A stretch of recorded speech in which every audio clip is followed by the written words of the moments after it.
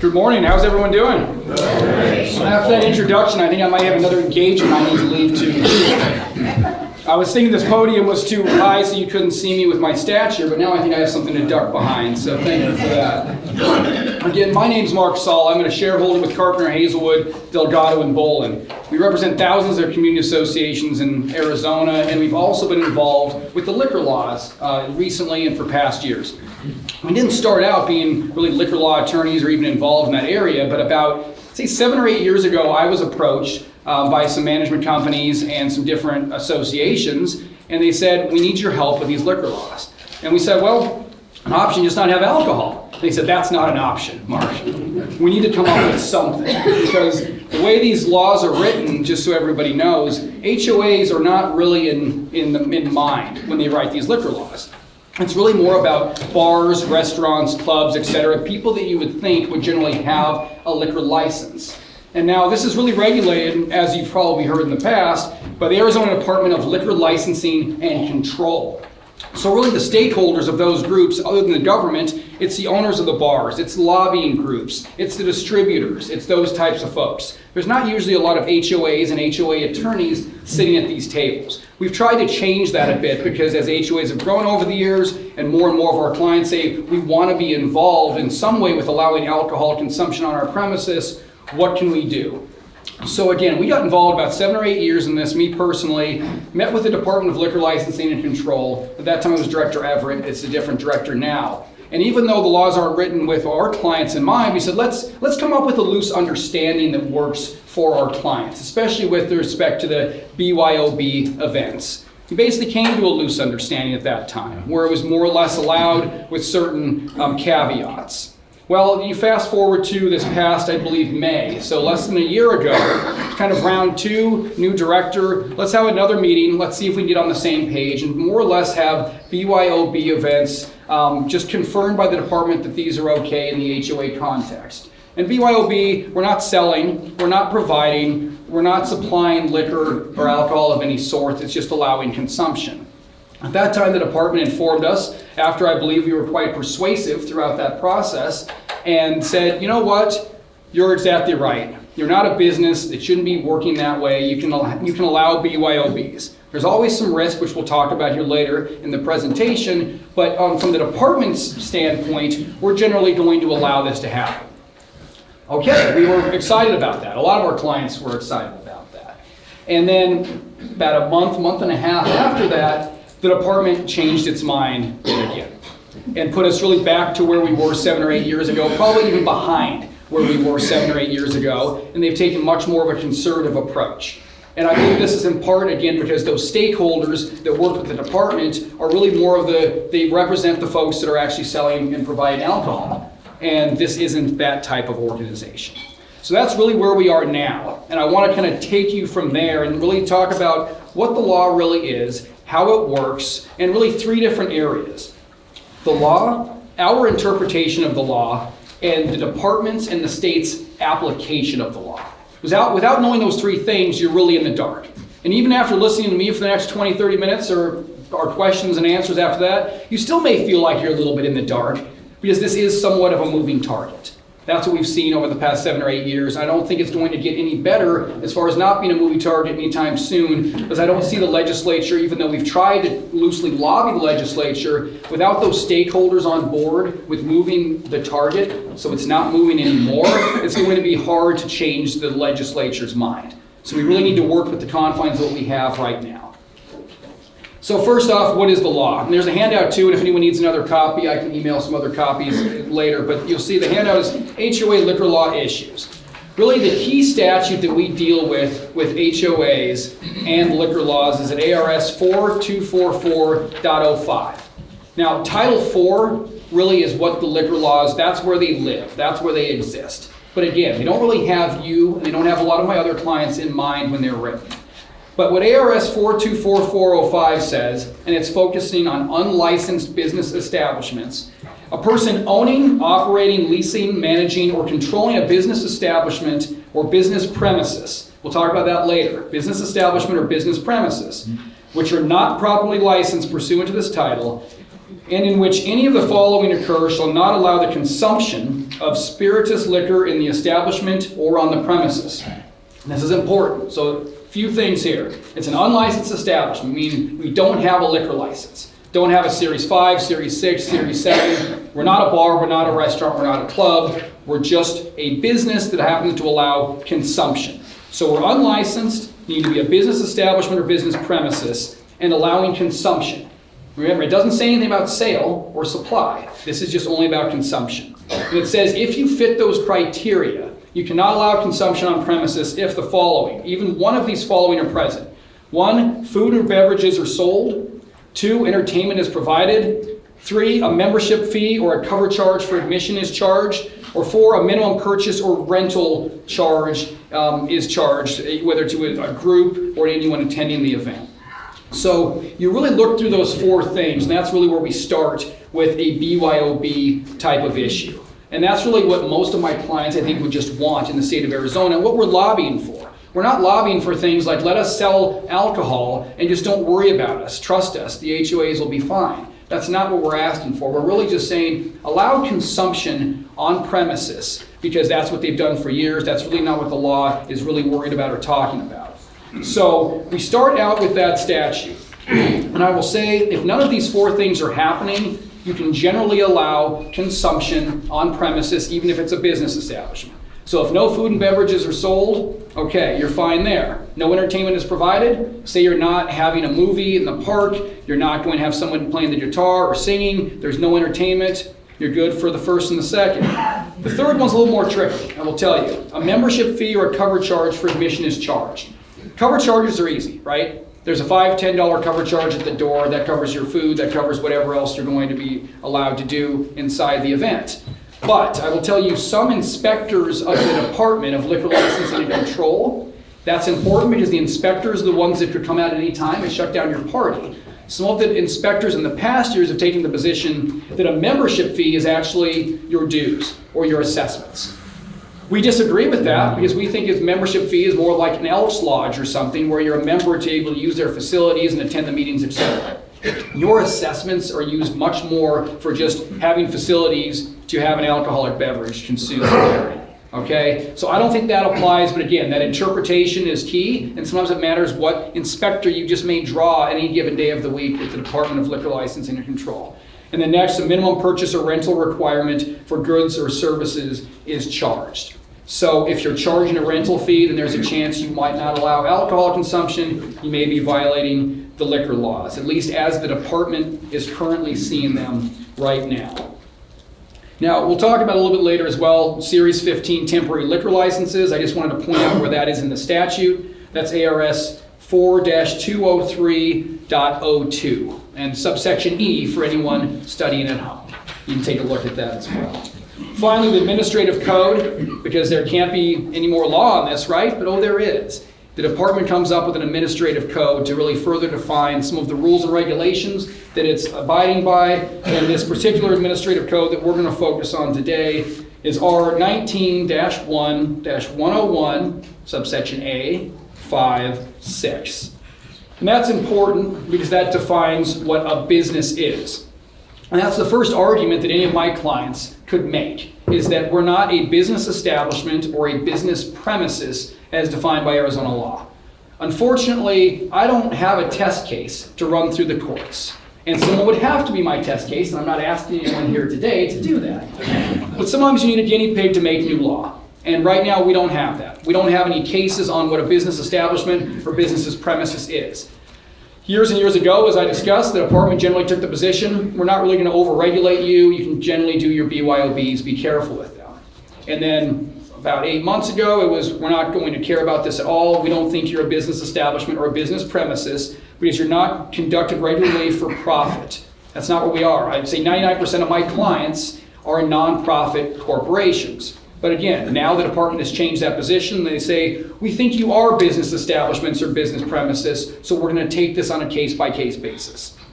So that's our first line of defense. If I have a client that says, we really want to do BYOBs, we are willing to take the risk, and I can't recommend my clients take that risk. That's entirely up to them. If they want to take that risk, they can take the position, we're not a business establishment or business premises. Again, though, the department is not agreeing with that position right now. You'd have to have a judge say that yes, that is really what we think the law means. So just a synopsis on BYOBs, which I always say BYOB is bring your own beer, bring your own bottle, bring your own beverage, but it's obviously alcoholic, that's why we're talking about it. So if you're having a party, a social gathering, a meeting, a committee meeting, anything else where the association is hosting that meeting on its premises, and it's unlicensed, meaning there's no liquor license on that premises, then the safest approach is to not allow those 4 things we talked about to exist on the premises if you're also allowing alcohol consumption. The other option with respect to a BYOB is to obtain what's called a BYOB exemption. It's an unlicensed business establishment exemption.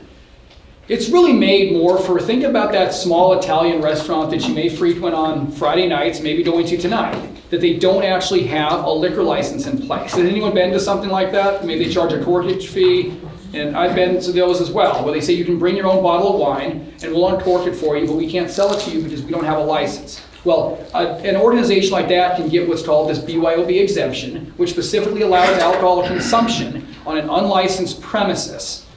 It's not quite that simple.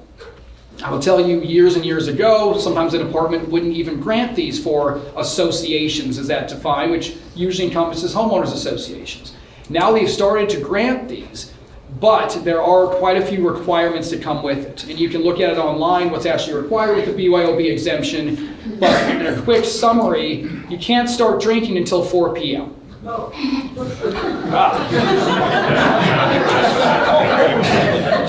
Not judging, it's 5 o'clock somewhere. So it's got to be 4 o'clock somewhere, unfortunately, for this rule. And that's just one of many things. There's also you can only have so many ounces of beer, so many ounces of wine, so many ounces of hard liquor at any given time during the event. And this just unfortunately becomes unworkable for some of my clients. I have a lot of clients that say we want to start drinking at 10 or 11 when the games start on Sunday. Or we want to start drinking during our parties or a picnic or our lunches. And 4 o'clock is just not feasible for us, number one. Number two, how can we police and possibly know whether someone's had 2 beers, 3 beers, or 5 beers? And why would we want to be in that business? Well, the BYOB exemption may put you into that business if that's what any one of my clients decides to go into. It's much less risky because the department is saying you can have alcohol consumed on your unlicensed premises. However, you have to abide by those requirements. So that's what can be difficult with what we call the BYOB exemption. Next up, if say we're not going to do a BYOB or we don't want to take that risk, which is fully justifiable not to take that risk, and say the BYOB exemption doesn't work for us either for one reason or another, or say that we want to actually sell or serve or supply alcohol. Because anything we've talked about so far is strictly a BYOB where a member would bring their own alcohol to the association's premises. Say, well, Mark, we actually want to sell and make some money off of this, or at least supply our residents with alcohol. We want to throw an Oktoberfest party. We want to have a New Year's Eve party. We want to have something like this. Better yet, what if we have a charter club that wants to have one of these events where they can sell and serve and consume alcohol on site? How do we do that? I'd say by far the best way to do that is to obtain what's called a temporary liquor license. And that's exactly what it sounds like. It's a liquor license for a day. All right? And you're basically treated more or less like a bar or restaurant of some sorts for one day. It's called a Series 15 liquor license, and it's pursuant to ARS 4-203.02 subsection E. Now this actually allows the organization, whoever has that Series 15 license that day, to sell, supply, serve alcohol, and have that alcohol consumed on premises. I will tell you, that's not always simple either, because the department is saying you're a licensed establishment for that one day. We want to make sure that you have something sectioned off. We want to know who's going to be serving this, where it's going to be. Do you have security? And is it going to be a secured area? It's not just going to bleed into everywhere else that's not secured. That's one of the issues. But the main issue, I will tell you, is that at least in recent years, this was changed years ago, even though much of the liquor laws haven't changed in years, it's just more of the interpretation and application. This statute, I believe, was changed some time ago to actually require that in order to get a Series 15 license, you need to either be a 501c entity, as that's defined by the Internal Revenue Code and federal law, or you need to associate with one. So say, well, my organization isn't a 501c, but my church is. will my church organize with me and basically use their ability to have that license to allow me to have the license? That's one way to do it. The other way is simply to have your organization, if it's a charter club or something, actually become a 501c. A lot of clubs qualifying are usually 501c7, sometimes 501c4, some of the other 501cs, but not generally 501c3s. That's usually reserved for churches and charities and the like.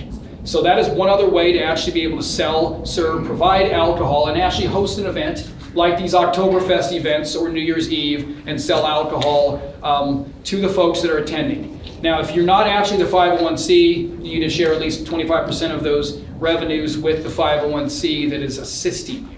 But that can get more complicated. But that is just one way, at least, where the department and Arizona law has expressly signed off on what's generally a non-licensed business establishment or business premises becoming licensed for a very short period of time. I think it's like a $25 fee. It's incredibly inexpensive.